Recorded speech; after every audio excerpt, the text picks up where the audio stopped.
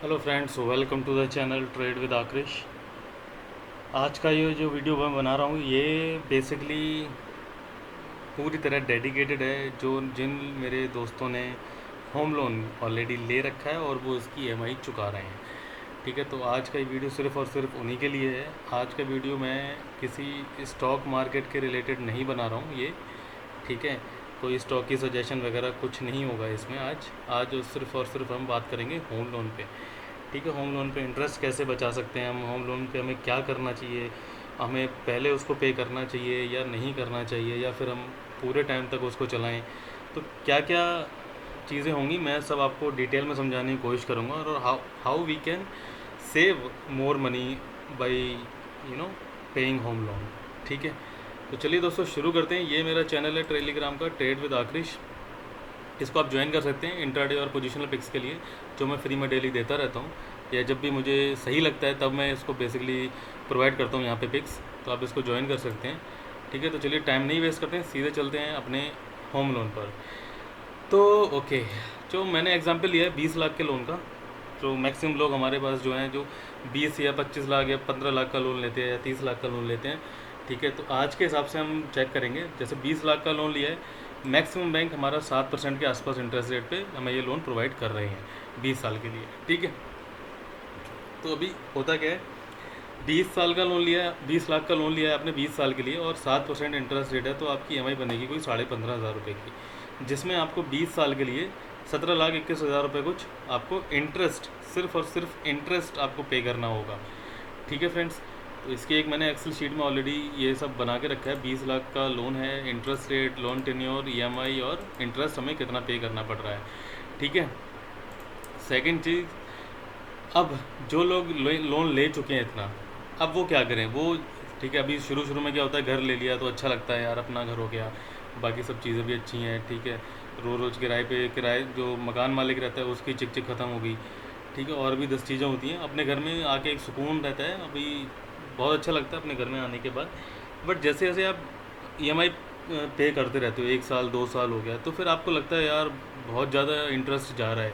Reason क्यों ऐसा लगता है, इन 15,500 में आपको शुरू 5 साल के अंत तक आप क्या आप क्या इंटरेस्ट जो जो इंटरेस्ट पार्ट है वो 10,300 रुपये और 5,165 रुपये आपका प्रिंसिपल पार्ट है। और आपने 20 लाख का लोन लिया है, आप एक कट है, आपको अभी 20 लाख का लोन लिया है, आप एक आपको अभी कितना बचा है 5 साल के बाद, 17,67,000। तो आपको लगेगा यार बताओ, सिर्फ 3 लाख ही लोन कम हुआ है, 3,32,000 कुछ। ठीक है, 32,000 कुछ या। ठीक है, तो आपकी थोड़ी टेंशन होती है यार मैं क्या करूं, अभी क्या मतलब कैसे मैं ब्याज ना दूं। तो पहली मतलब दिमाग में आती है इंसान के, चलो यार मेरी मेरी सैलरी ठीक है, दिमाग में आती है 30,000 की, चलो यार मेरी मेरी सैलरी ठीक है कि 15,500 की जगह मैं 20,000 पे करता हूँ। ठीक है, अभी 20,000 पे करेंगे तो क्या हो जाएगा, ऑब्वियसली टेन्योर कम होगा, और ऑब्वियसली टेन्योर कम होगा, और दूसरा आपको ब्याज भी कम देना पड़ेगा।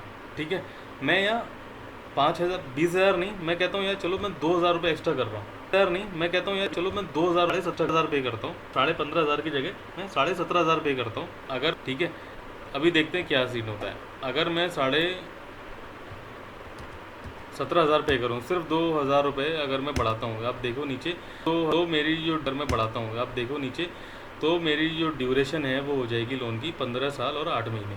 ठीक है, यहाँ देखिए आपकी 15,500 से ईएमआई हो गई है 17,500, और लोन भी इंटरेस्ट भी कम हो गया। वो देखिए मैंने यहाँ पे फिल आउट कर रखा है, हो गया।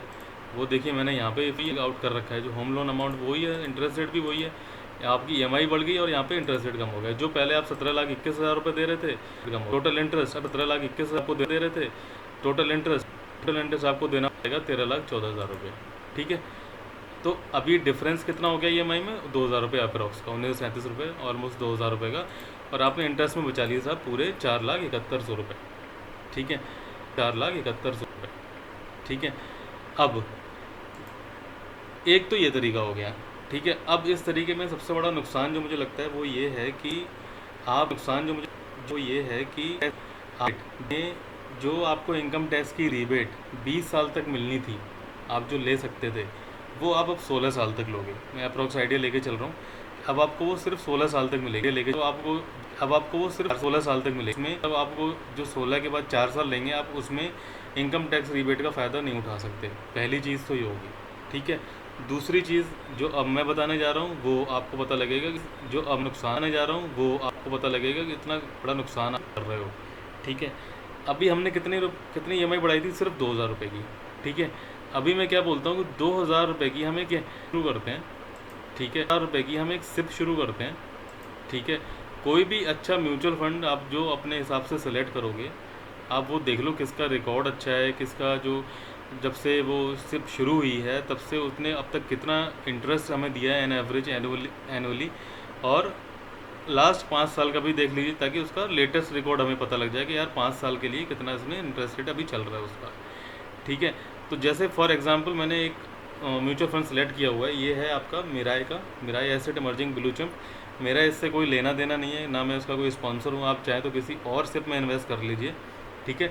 बट इसमें मेरी पर्सनल इन्वेस्टमेंट है तो मैंने ये आपको लिए सेलेक्ट किया है, ठीक है। Mirae asset emerging blue chip fund है। आप कोई सा भी म्यूचुअल फंड ले लो, कोई सा भी SIP, बस उसके मैं आपको से ये चाहता हूँ कि आप उसकी हिस्ट्री ज़रूर चेक करें। हिस्ट्री क्या चेक करनी है, जैसे अब ये इसका रिटर्न्स जो इसकी हिस्ट्री है रिटर्न्स की आ जाएगी मनी कंट्रोल पे, ठीक है। सिंस इंसेप्शन देखिए, मतलब जब से ये सिप शुरू हुई है तब से इसने एनुअलाइज रिटर्न यहाँ पे देखिए, अब एनुअलाइज रिटर्न में इसने 21 पॉइंट, और अगर आप पिछले 5 साल का देखोगे यहाँ पे आप देखिए लास्ट 5 ईयर्स का जो इंटरेस्ट रेट आ रहा है हमें एन एवरेज एनुअली, वो आ रहा है 15.5% का, ठीक है। तो चलिए हम मान के चलिए, देखिए 20 साल, तो चलिए नहीं पता लगेगा क्योंकि मैक्सिमम जो दिखाता है उसमें नहीं पता दिखाता है, क्योंकि मैक्सिमम जो दिखाता है ये वो दिखाता है, अगर हम रिटर्न कैलकुलेटर पर जाएंगे यहाँ पर, ठीक है, तो ये कुछ 10 साल का शायद दिखाएगा, पता नहीं 5 का दिखाता है, देख लेते हैं एक बार, ठीक है। यहाँ पे हमने सिप का करना है, अभी 2020 है तो यहाँ पे 6-7 साल का दिखा रहा है। चलो फॉर एग्जांपल हम 6 साल का ही देख लेते हैं, ठीक है। आज है 18 सितंबर, इसको हम सबमिट कर देते हैं। अगर हमने सिर्फ 2,000 रुपये लगाए हैं यहाँ पे तो, ठीक है। तो एनुअलाइज रिटर्न देखिए आप, ये आ रहा है 17.5% पिछले 7 साल का, 8 साल का। 2013 से अगर हमने बाई किया होता और हम आज की डेट में अगर बेच रहे होते इसको, तो हमें 17.5% का एनुअल रिटर्न मिलता, ठीक है। तो चलिए हम एक कैलकुलेटर यूज़ कर लेते हैं जिसमें हम एवरेज लगाते हैं 15% का। तो 2,000 रुपये की सिप थी, हमने 2,000 रुपये की EMI बढ़ाई थी एक्स्ट्रा, 20 साल के लिए हमने रखना है इसको, 15% का इंटरेस्ट रेट हो गया, और ये हमने कैलकुलेट किया तो रिज़ल्ट हैं आपके सामने ये। अब देखिए हमने इन्वेस्ट किया है सिर्फ 4,80,000 रुपये, ठीक है। हमें उसमें जो वेल्थ हमारी गेन हुई है वो ये 25.5 लाख, टोटल अमाउंट हमारा हो जाएगा 30,03,000 रुपये, 31,000 रुपये, ठीक है। तो हमारी सिर्फ और सिर्फ वेल्थ जो हुई है वो 25.5 लाख रुपये गेन हुई है। मैंने ये यहाँ पे ऑलरेडी मेंशन करा हुआ है। 2,000 रुपये की सिप है, जितना लोन का ड्यूरेशन है हमें उतने साल तक रखनी है, यानी कि 20 साल का लोन है हमारा, तो हमने 20 साल तक इसको रखना है। जो रिटर्न है हम लगा के चल रहे हैं 15%, जबकि उसमें दिख रहा था हमें 21.5% का रिटर्न, ठीक है। अगर मैं रिटर्न देखूँ यहाँ पे, जब से इंसेप्शन है 21.5% का, पिछले 5 साल का हम मान के चल रहे हैं 15.5 है, तो हम 15 लगा के चल रहे हैं राउंड फिगर, ठीक है। तो 15% का रिटर्न लिया है हमने, तो ये हमारी कैलकुलेशन निकल के आई है 25.5 लाख रुपये हमें गेन हो जाएगा, ठीक है। अब कंपैरिजन कैसे करेंगे, अब 2,000 रुपये हमने यहाँ बढ़ाए थे, चलिए हमारे 4.5 साल ऑलमोस्ट कम हो गए, और हमने जो इंटरेस्ट में सेविंग कर ली हमने वो 4 लाख की। अब यही 2,000 रुपये जो मैंने बढ़ाए थे वो मैं सिप में लगाऊंगा तो मुझे फ़ायदा नहीं होगा। हालांकि लोन का ड्यूरेशन कम नहीं होगा, बस ठीक है, कोई बात नहीं। अगर मैं मान लो 15 साल के लिए भी अगर लेता हूँ लोन, अगर 2,000 रुपये की सिप अगर 15 साल के लिए भी लगाऊंगा तो भी मेरा जो वेल्थ गेन है वो 9.5 लाख रुपये, ऑलमोस्ट 10 लाख रुपए का है, ठीक है। और यहाँ मेरा इंटरेस्ट कितना जा रहा है, 4 लाख रुपये बच रहा है, मतलब 6 लाख का फ़ायदा तो मुझे तब भी हो रहा है। और यहाँ पे अगर मैं पूरे ड्यूरेशन के लिए लगा देता हूँ 20 साल के लिए, तो मुझे 25.5 लाख रुपए का गेन हो रहा है।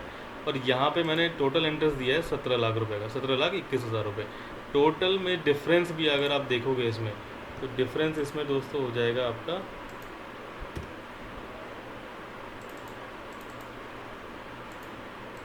ओके, जस्ट अ सेकंड, इसमें से हमने ये माइनस करना है, ये हाँ, चलिए कोई बात नहीं। ऑलमोस्ट हमारे जो गेन आ रहा है हमारे को आएगा लगभग 8 लाख रुपए का। तो हमारे फिर भी हमें 8 लाख रुपए का फ़ायदा हो रहा है, जितना हमने होम लोन में इंटरेस्ट दिया है उसको निकालने के बाद भी। और एक चीज़ और मैं बता देता हूँ यहाँ पे बेनिफिटेड क्या है। यहाँ हमने 2,000 रुपये एक्स्ट्रा दिए थे इस वाले पार्ट में, ठीक है, ईएमआई बढ़ा ली हमने। तो अभी ये जो इंटरेस्ट है वो तो गया ही।